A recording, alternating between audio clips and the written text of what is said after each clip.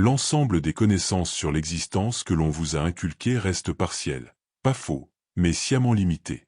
Dès vos premières réflexions, on vous a livré une vision de l'univers qui ne tenait que dans les frontières de ce que les autres estimaient acceptable pour vous.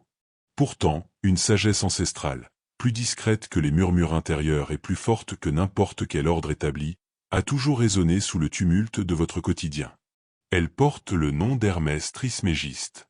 Cette figure n'incarnait pas un individu unique. Elle représentait une synthèse, un amalgame entre Thoth l'Égyptien et Hermès le Grec, divinité de la connaissance, de la parole, des arts occultes et des découvertes rationnelles, fusionnés en un guide éternel. Son legs ne forme ni un culte ni une doctrine abstraite. Il constitue un recueil de règles, de vérités cosmiques immuables. Une fois que vous les aurez intégrées profondément, aucun aspect de votre parcours ne demeurera identique. Ces révélations n'étaient pas vouées à moisir dans des manuscrits oubliés. Elles visent à vous secouer de votre torpeur. Le monde tangible n'équivaut pas à ce que vous imaginez. Cela paraît théâtral, mais c'est précisément le legs que Trismégiste a propagé via des lignées de visionnaires, de transmutateurs et de penseurs. On vous a enseigné que l'univers se compose de substances concrètes, immuables, indépendantes, que les événements vous submergent. On vous a convaincu que la perception naît des circonstances, non l'inverse. Or, d'après la tradition hermétique, voilà la tromperie suprême. Le fondement initial et crucial révélé par Hermès affirme ceci: l'essence de tout réside dans la pensée. Toute forme physique, tout flux énergétique, toute durée, tout volume, y compris ce que vous nommez votre être, émane d'un domaine conscient unifié et sagace.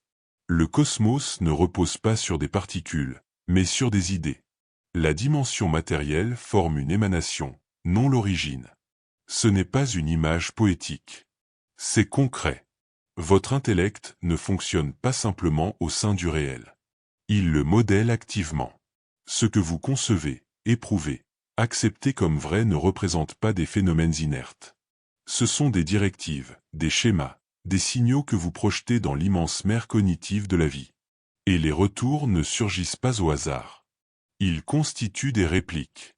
Quand Hermès proclame l'essence de tout réside dans la pensée, il ne suggère pas un concept lyrique. Il expose une règle primordiale de l'ordre naturel. Cette règle bouleverse les bases car elle implique que vous n'endurez pas passivement l'existence. Vous y contribuez, et plus encore, vous la co-construisez.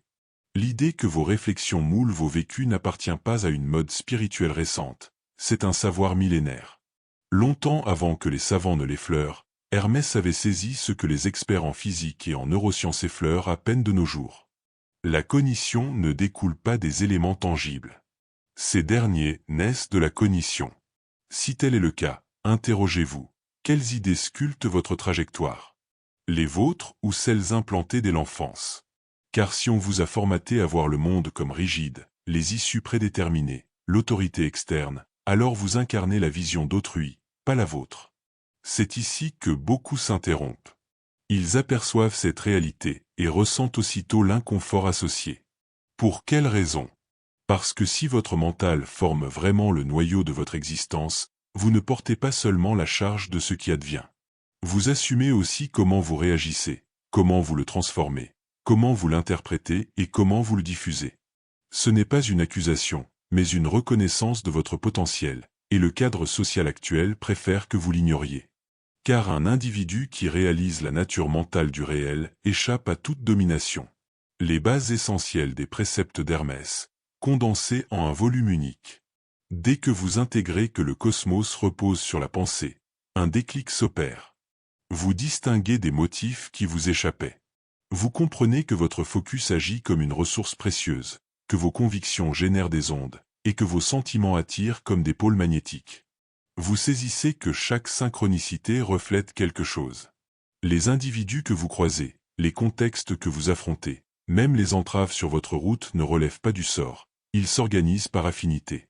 Votre sphère intime sert de matrice. La sphère externe en est le moulage.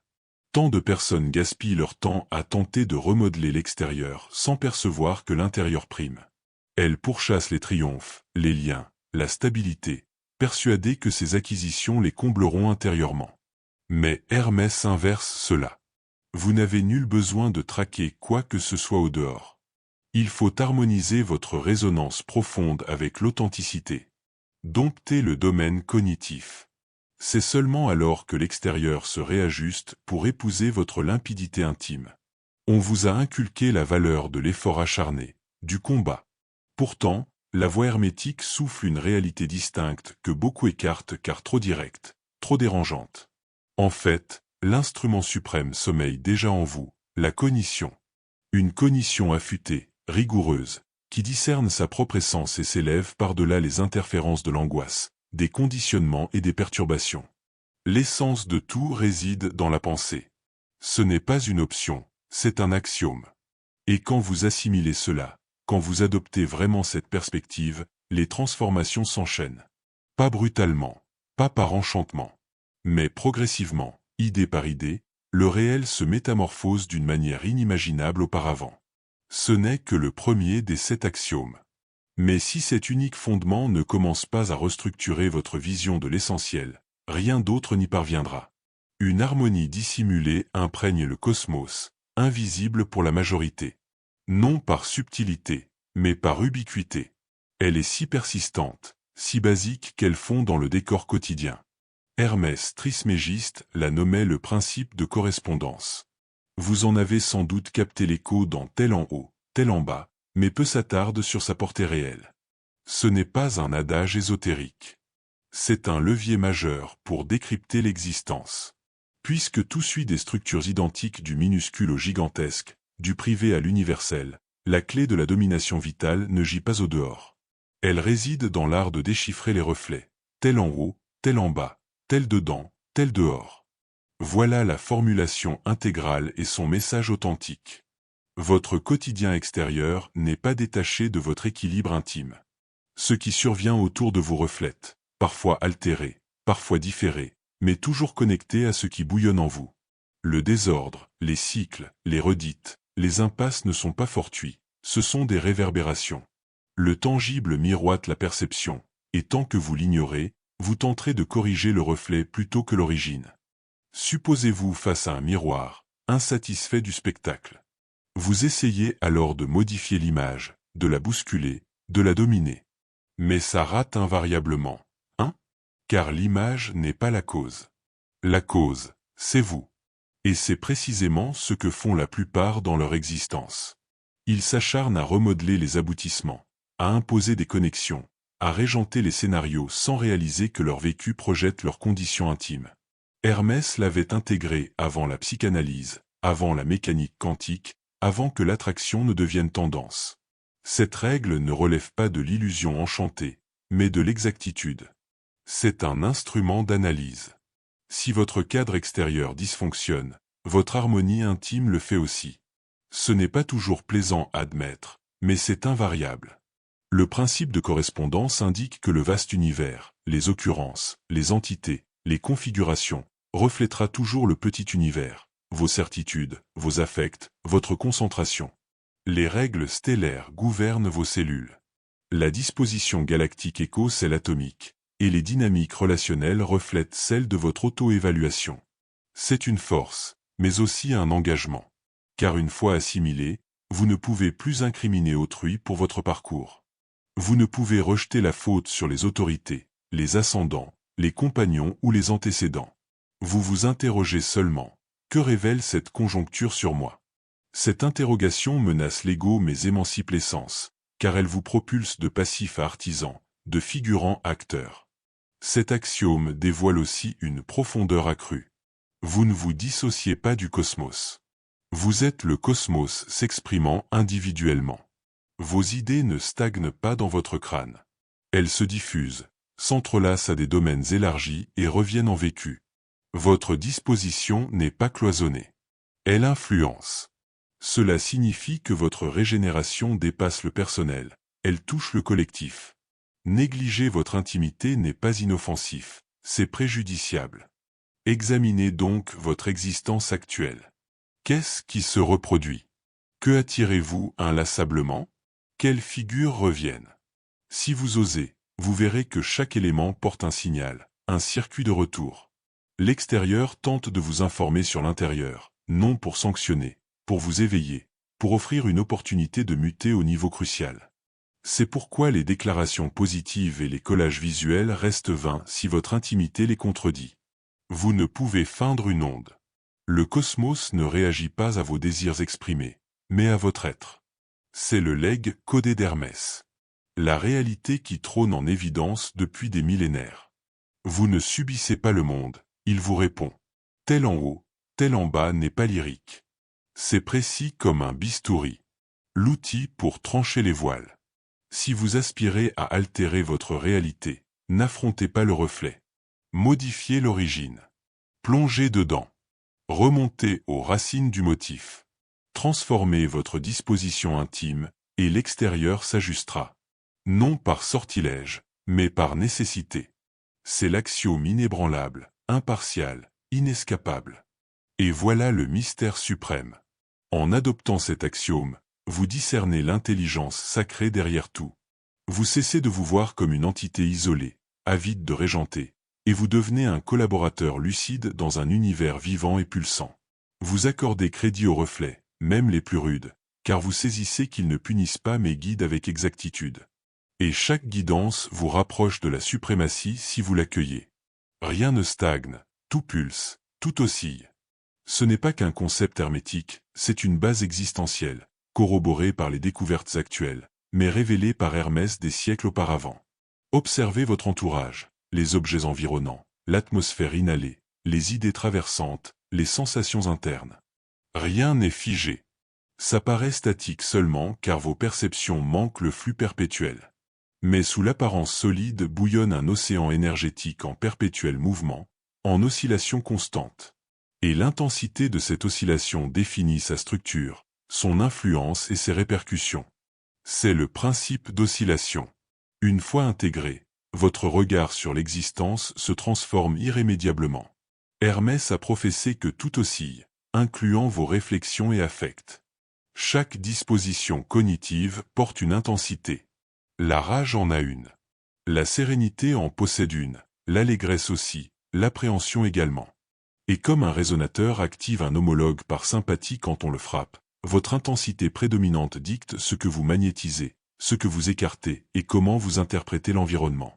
Ce n'est pas figuré, c'est mécanique. L'axiome ignore vos souhaits. Il réplique à votre essence. Tant d'individus naviguent en réaction automatique. Ils laissent les circonstances calibrer leurs intensités. Si un conducteur les double imprudemment, leur vitalité vire à l'irritation. Une critique virtuelle les plonge dans l'incertitude. Un refus les noie dans le dénuement. Inconsciemment, ils se muent en capteurs passifs plutôt qu'en diffuseurs actifs. Leur oscillation dépend des aléas externes, non d'une sélection délibérée. Mais Hermès fut catégorique. La suprématie débute quand vous réalisez votre capacité à ajuster votre oscillation volontairement. Vous n'endurez pas votre disposition. Vous la forgez. Votre tempérament n'est pas un résidu de votre routine. C'est un indicateur. Et comme tout indicateur, il se module. Vous l'avez déjà vécu. Rappelez-vous une mélodie qui vous a revigoré, un souvenir qui a provoqué des larmes, ou une révélation qui a renversé votre perspective en un clin d'œil. C'est l'oscillation, l'intensité. Et votre aptitude à soutenir une oscillation particulière, malgré les aléas, marque le seuil du potentiel individuel. N'importe qui rayonne de bien-être quand tout roule. Mais la trajectoire hermétique ne repose pas sur l'attente d'harmonie. Elle consiste à la générer intérieurement. Concevez votre oscillation comme un sélecteur radio.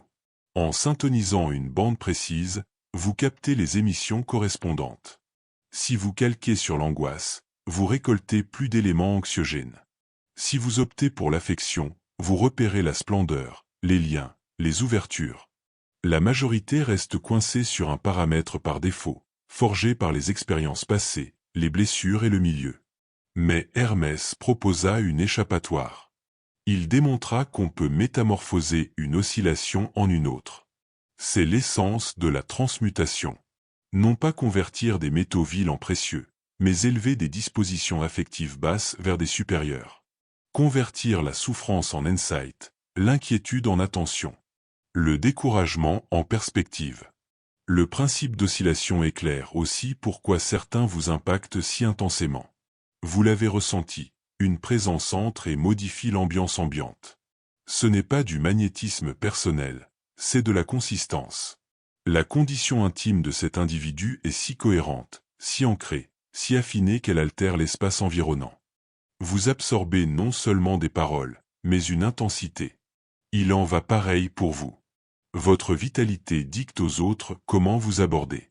Votre oscillation signale vos frontières, vos convictions, vos anticipations. Avant même que vous n'articuliez, votre intensité s'est manifestée. Voilà pourquoi les mutations tardent. Tant que votre oscillation stagne, rien n'évolue. Vous pouvez définir des visées, élaborer des stratégies, réciter des mantras, même passer à l'acte. Mais si vous oscillez sur du scepticisme, de l'appréhension ou du vide, vous vous contrecarrez. L'extérieur réplique à votre diffusion intime, non à vos aspirations.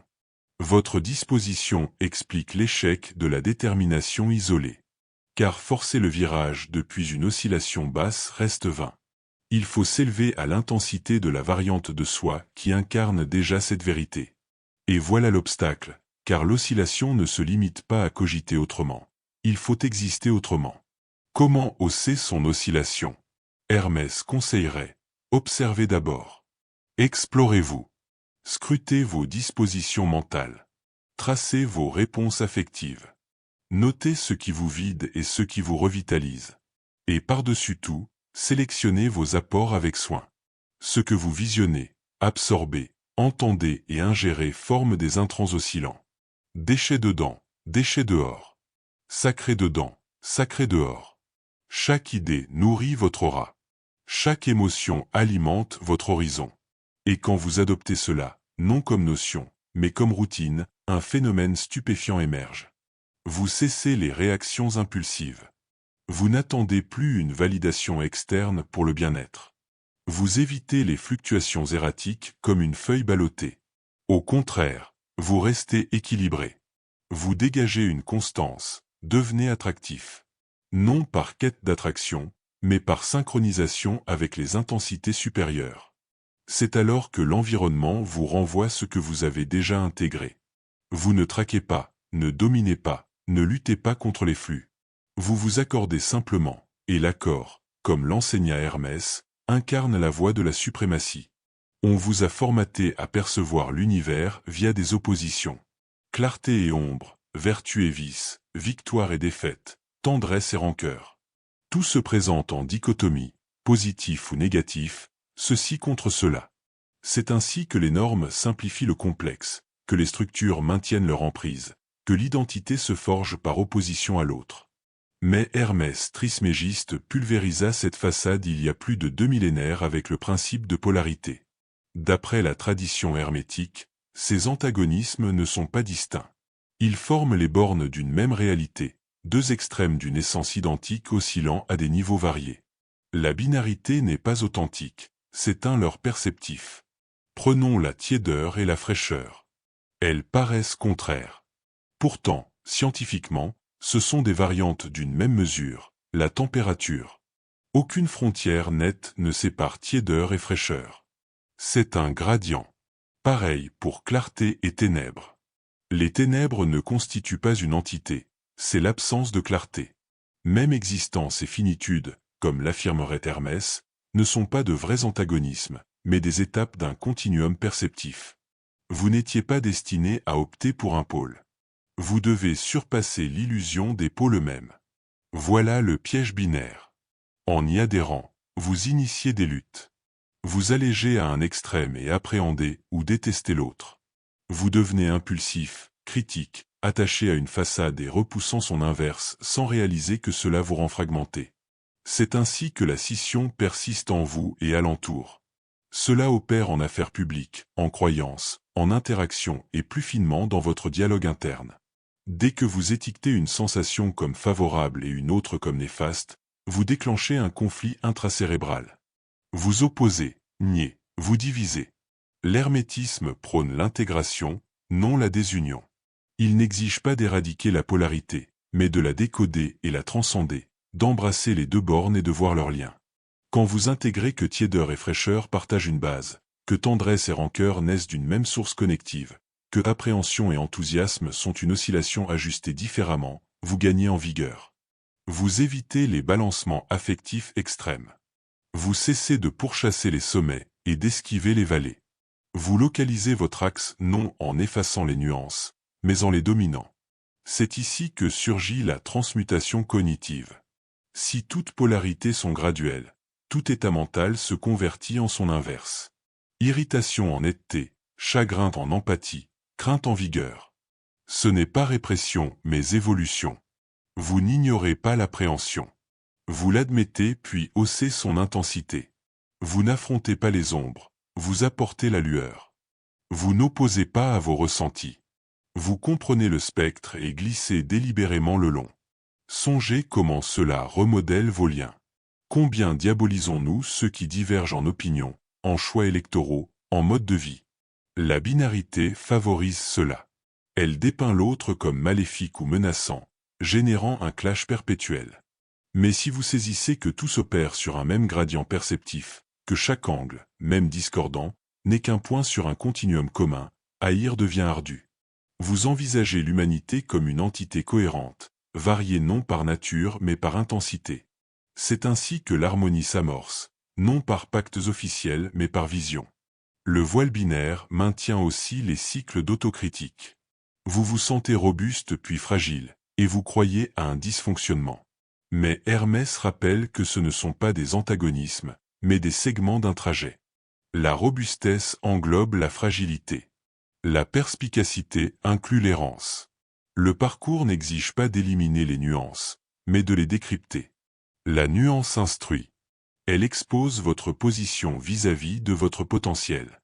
Sans nuance, pas d'orientation, pas d'avancée. Mais voir la nuance comme clivage maintient le heurt. La voir comme polarité octroie le pouvoir de naviguer et progresser. Cet axiome altère votre optique. Il vous pousse à cesser les impulsions et à analyser.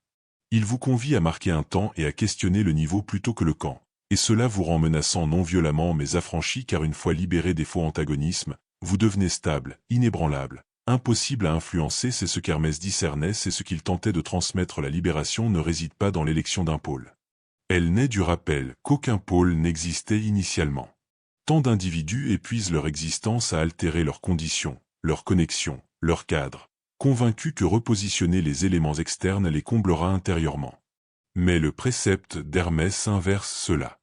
Elle vous encourage à délaisser l'obsession chronométrique au profit d'une quête authentique. Puisque votre esprit est intemporel, l'interrogation cruciale ne porte plus sur les accomplissements avant la fin, mais sur la transformation que vous opérez en ce moment précis. Voilà où l'affaire gagne en profondeur. En tant qu'esprit immortel, votre existence présente, avec ses épreuves spécifiques et ses motifs récurrents, n'est nullement fortuite. C'est un écho fidèle de ce que l'esprit doit encore dompter, clarifier, raviver. Les individus croisés sur votre chemin, les barrières surmontées, les thèmes insistants ne relèvent pas du hasard, ils constituent un curriculum existentiel. L'esprit communique via des motifs récurrents, non par des discours linéaires. Tant que ces motifs restent indéchiffrés, les mêmes épreuves ressurgiront. Pas en forme de sanction, mais pour affiner la compréhension. Avez-vous ressenti une connexion immédiate avec un inconnu? Ou affronté une difficulté évoquant un obstacle déjà vaincu en apparence? Ce n'est pas aléatoire, c'est la cadence en action. C'est l'esprit qui réactive les liens non résolus. Hermès conseillerait, affrontez-le sans détour, sans anesthésie, transmutez-le. Chaque épreuve recèle un secret précieux. En l'abordant avec lucidité et pleine attention, vous en extrayez l'insight qui dissout la répétition. Notre époque contemporaine idolâtre la vitalité juvénile, l'accélération, l'instantanéité. Pourtant, l'esprit ignore les horloges. Il avance sans hâte. Il ne vise ni l'approbation, ni les exploits, ni les accumulations vaines. Son but réside dans la progression, dans le rappel de son essence originelle. Ce cheminement dépasse de loin ce que la majorité accepte d'envisager. L'esprit s'instruit par les oppositions, les défis, les échos vibratoires. Vous magnétisez ce pourquoi vous êtes mûr à assimiler, qu'il s'agisse d'une grâce ou d'un poids. Même si cela blesse, même si cela vous ébranle, rien n'est gratuit. Souvent, c'est la fissure qui laisse filtrer la clarté. Les préceptes d'Hermès traversent les âges parce qu'ils contournent l'ego pour s'adresser directement à l'esprit. Il n'a pas formulé d'engagement paradisiaque ni de craintes infernales. Il a esquissé une conception élargie de l'existence où la perception forme la base, le vecteur et le moyen, et où la fin physique n'est qu'une mutation d'état. Vous ne vous effacez point, vous revenez, vous vous élevez, vous progressez. L'idée d'un esprit indestructible n'offre pas un simple baume apaisant, elle pose un enjeu majeur car, sans l'alibi d'une unique opportunité, tout se renverse. Vous comprenez que vos tourments présents s'inscrivent dans un périple étendu. Vous percevez que votre peine, votre incertitude, votre isolement ne sont pas irrémédiables. Ce sont des appels, des incitations à l'éveil, à interroger l'essentiel, à réaliser que votre rôle dépasse la simple subsistance. Vous existez pour muter. Vous transcendez le personnage incarné. Vous échappez à l'image défendue. Vous incarnez la vigilance sous-jacente à tout. L'observateur, l'apprenti perpétuel. Celui qui subsiste. Jamais vous n'étiez voué à vous cramponner à cette phase dans l'effroi. Votre destin consiste à la parcourir avec respect, conscient de votre infinitude. La forme corporelle s'achève, le récit se modifie, mais l'esprit persiste. Durant des millénaires, les doctrines d'Hermès Trismégiste se sont propagées non via les structures officielles, mais par des murmures, des signes codés, des accès confidentiels. Non par fragilité face à l'exposition, mais par puissance requérant une garde vigilante. La sagesse hermétique échappe au programme scolaire ou aux médias grand public, car elle n'a pas vocation à une diffusion superficielle. Elle cible ceux disposés à percevoir, ceux audacieux pour défier les apparences et sonder les fondations. Néanmoins, elle reste dissimulée en pleine évidence. Les traces d'Hermès affleurent dans les sanctuaires égyptiens antiques, les académies mystiques helléniques, les manuscrits alchimiques du Moyen-Âge européen et les sociétés occultes de la Renaissance. À travers les âges, des veilleurs éclairés ont veillé sur les 7 axiomes hermétiques, les traitant non comme de vagues notions théoriques, mais comme des forces actives et palpables. Loin d'être des ermites isolés, ces explorateurs de l'esprit comptaient parmi eux des architectes de la pensée, des innovateurs en sciences, des visionnaires philosophiques, des créateurs artistiques et des agents de changement qui saisissaient que la matière du réel se modèle d'abord depuis les profondeurs intimes. Ils percevaient une vérité que beaucoup négligeant toujours. Dominer les mécanismes externes perd tout sens sans une souveraineté sur le royaume intérieur. Voilà pourquoi ces doctrines requéraient une vigilance accrue, car les appareils de domination, qu'il s'agisse de régimes politiques, d'empires vastes ou de croyances rigides, reposent sur un mythe central. L'autorité émane d'en haut, des hiérarchies imposées, de la soumission aveugle. L'approche hermétique pulvérise cette façade trompeuse. Elle révèle que le sanctuaire authentique réside dans la psyché, que l'élévation véritable naît de l'autoconnaissance, et que la puissance réelle surgit d'une harmonie intime avec les règles cosmiques. Impossible de légiférer sur cela.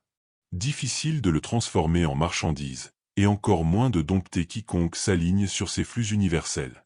Plutôt que de l'affronter de front, les puissants l'ont occulté, non en l'anéantissant, mais en le reformulant à leur guise.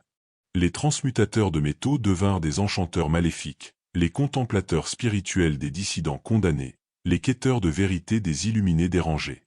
Pourtant, leur héritage perdura à travers des écrits chiffrés, des œuvres iconiques chargées de symboles, des cérémonies d'accès masquées sous des voiles d'allégories et de légendes. La plaque de jade, le manuel Kybalion, les arcanes du tarot, jusqu'à certains passages des textes sacrés comme la Bible ou le Coran qui abritent des échos hermétiques dissimulés dans des récits figurés. Car l'essence véridique trouve toujours une brèche, même quand on lui barre la route directe. La torche de la sagesse s'est transmise de génération en génération, attendant des ères comme la nôtre où un nombre croissant d'âmes aspire à raviver ces flammes enfouies. Ce renouveau que l'on observe, cette quête planétaire pour les savoirs ancestraux, ne relève pas du pur hasard. Il constitue une riposte instinctive face à la perspective froide et fragmentée du monde qui a vidé tant d'existence de leur substance, les laissant inertes et isolés. Ni la recherche scientifique ni les dogmes contemporains ne portent intrinsèquement de vice. Simplement, ils restent partiels. Ils s'attardent sur des facettes isolées de la réalité, tandis que l'héritage hermétique embrasse l'intégralité, l'intellect fusionné au corps, l'essence spirituelle liée à la vibration, la substance matérielle interconnectée. Aucune division arbitraire, aucun chaos fortuit, aucune insignifiance gratuite.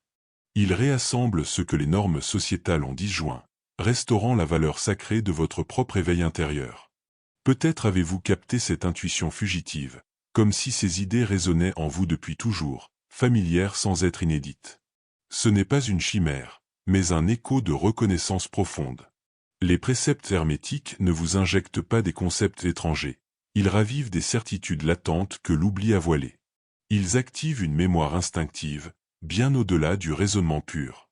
C'est précisément l'objectif des cercles initiatiques antiques, non pas dispenser des données, mais catalyser une mutation, non pas accumuler des faits, mais ouvrir la voie à une immersion personnelle. Si Hermès vous semble obscur, ce n'est pas par manque de poids historique, mais par excès d'impact.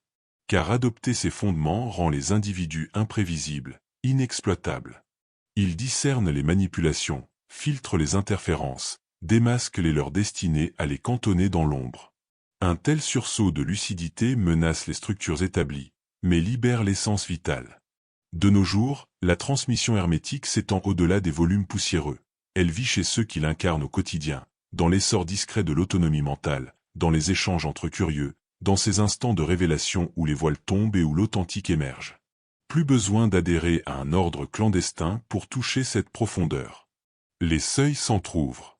La flamme repose entre vos paumes. La suite dépend de votre engagement. Assimiler ces axiomes diffère radicalement de les intégrer dans l'action. C'est le écueil où trébuchent la plupart. Il amasse des notions ésotériques comme des bibelots, diffuse des réflexions sur l'harmonie, évoque les ondes énergétiques, invoque Hermès, pourtant leur quotidien stagne. Pour quelle raison? La métamorphose n'émane pas du savoir accumulé, mais de sa mise en pratique. L'héritage hermétique n'a jamais visé à devenir un credo passif. Conçu pour l'usage concret, il invite à infuser ces vérités dans vos réflexions, vos décisions, vos réactions face aux flux existentiels. Sinon, elles se réduisent à des formules inertes, des énoncés sans vie. Or, des énoncés sans vie ne sauraient vous secouer du sommeil. La tradition hermétique réclame votre implication active. Au lieu de consommer une doctrine, affrontez-y votre reflet. Chacun de ces 7 axiomes soulève une interrogation intime, tournée vers vos profondeurs. Assumez-vous pleinement la création de votre existence quotidienne? Interprétez-vous les échos de votre parcours au lieu d'accuser le reflet?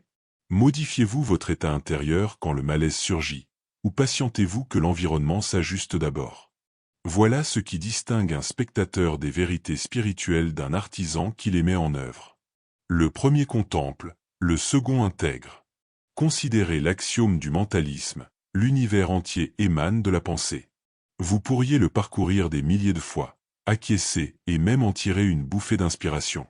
Pourtant, l'épreuve réelle survient lors de la prochaine vague d'anxiété qui vous submerge. Au moment où un déclencheur vous ébranle, où le manque vous ronge, où l'amertume vous assaille, saisirez-vous cette idée fugace pour en adopter une plus élevée? Transformerez-vous ce sentiment ou le laisserez-vous vous plonger dans une spirale réactive? Les schémas tracés par Hermès existent bel et bien. Il n'a jamais promis que l'envie de les appliquer serait constante. Au contraire, il a affirmé que c'était l'unique route vers la domination de cette existence. Or, cette conquête ne dépend pas des caprices émotionnels, mais d'une rigueur inébranlable. Rigueur dans les réflexions, dans les flux énergétiques, dans les filtres perceptifs. L'objectif n'est pas la perfection absolue, mais une présence délibérée. Il faut détecter quand on dérive vers l'inertie, quand on cède son autorité aux événements, à autrui, à des fables imposées. Posez-vous plutôt, quel fondement universel suis-je en train d'ignorer ici, au lieu de vous lamenter sur le pourquoi de cette épreuve? En réalité, vous fonctionnez toujours sous ces règles cosmiques, que vous en ayez conscience ou non. L'enjeu véritable réside dans votre choix. Les dirigez-vous avec lucidité, ou vous dominez-les sans merci? Beaucoup aspirent à l'autonomie sans endosser le poids qui l'accompagne. Ils convoitent les fruits de l'éveil intérieur sans en payer le tribut. Pourtant, Hermès l'a énoncé sans ambiguïté, la force et le devoir forment un duo inséparable. L'un s'efface sans l'autre. Dès que vous intégrez ces leçons, non par simple mémorisation, mais par une pratique vivante, l'existence perd son caractère imprévisible. Vous discernerez alors les circuits de retour, ces liens invisibles. Chaque idée forge votre ambiance personnelle. Chaque oscillation énergétique génère une impulsion. Chaque motif affectif ouvre ou barre les sentiers devant vous. Vous vous accordez au flux naturel au lieu de le combattre. C'est à cet instant que votre entourage perçoit une évolution subtile. Il la capte intuitivement. Vous irradiez une sérénité active, ancrée sans raideur, lucide sans suffisance. Votre aura gagne en harmonie. Vous vibrez comme un instrument accordé, et la réalité répond en écho. Non parce qu'elle a muté, mais parce que vous l'avez fait. Voici la transformation discrète, l'insurrection intime, non contre l'extérieur, mais face à vos chaînes acquises. Elle ne clame rien, elle persiste avec constance. Précise et irréfutable. Attention toutefois, ce mode de vie n'offre pas de détour. L'approche hermétique ne vise ni à esquiver les tourments ni à simuler l'optimisme forcé. Elle transforme la souffrance en guide, les oppositions en repères, et invite à aborder l'existence avec vigilance plutôt qu'en opposition. Ainsi naît un sentiment d'équilibre. Non parce que tout s'aligne à votre gré, mais parce que vous maîtrisez la navigation, même dans la tempête. Vous affrontez le malaise sans recul. Vous affirmez votre essence sans marchandage. Vous gardez votre quiétude en vous-même. Et une fois cela ancré, un horizon neuf s'entr'ouvre. Vous réalisez que les règles du jeu ont changé. Les scripts obsolètes s'effacent. Vous ne subissez plus le monde, vous le sculptez de l'intérieur. C'est l'essence des mots d'Hermès. La sagesse se tait, sauf pour se doter d'une écoute affûtée. La vérité n'est pas enfouie, simplement, la foule n'est pas prête à la capter. Car l'accueillir implique une mutation, et toute mutation dérange. Pourtant, l'émancipation attend au-delà de ce trouble, invariablement. Tout repose sur votre usage présent de ses fondements, car les mécanismes cosmiques tournent déjà. Vous matérialisez, oscillez, renvoyez déjà des échos. La nuance clé, le faites-vous avec pleine attention? Sinon, le statu quo perdure. Mais si oui, rien ne stagne. Une explication à cette résonance profonde, ce n'est pas une découverte inédite, mais un rappel enfoui. Tel est le cœur de la connaissance hermétique. Elle ne nourrit pas seulement l'intellect, elle secoue l'essence vitale. Elle ravive un héritage ancestral en vous, dissimulé sous des strates de vacarme, d'hésitation, de leurre et d'identité factice. Au tréfonds, vous l'avez toujours pressenti. Vous avez perçu que le réel dépasse les leçons reçues, que votre trajectoire porte un sens au-delà des cadres imposés, que votre psyché surpasse ce que la société admet. Cette voie ne forge pas un alter ego neuf. Elle démonte ce qui n'était pas destiné à perdurer. Elle épluche les voiles de conditionnement, d'angoisse et de mimétisme pour révéler votre noyau primal. L'être au-delà du récit, la vigilance derrière le masque. Vous n'existez pas pour adhérer à des normes aveugles. Votre rôle consiste à poursuivre l'authenticité, à questionner les héritages sans filtre, à observer avec netteté et à sélectionner avec intention, résolument, en toute clarté. Vous avez émergé dans un univers qui incite à l'amnésie, à oublier votre force, votre flair instinctif, votre lien stellaire. C'est pourquoi tant d'individus évoluent en fragments, sur pilote automatique, chassant les validations, fuyant les frictions. Ils échangent leur guide interne contre des autorisations superficielles. Ils se contorsionnent pour entrer dans des moules non faits pour leur épanouissement. Pourtant, certains refusent le sommeil éternel. Ils sentent l'appel, la dissonance, le frottement d'une existence qui ne colle plus à leur vérité. Quand cette pression devient insoutenable, le retour s'amorce. Telle est l'essence de cette odyssée. Non une révolte contre l'univers, mais une réappropriation de soi. Hermès n'a pas inventé ces vérités, il les a dévoilées.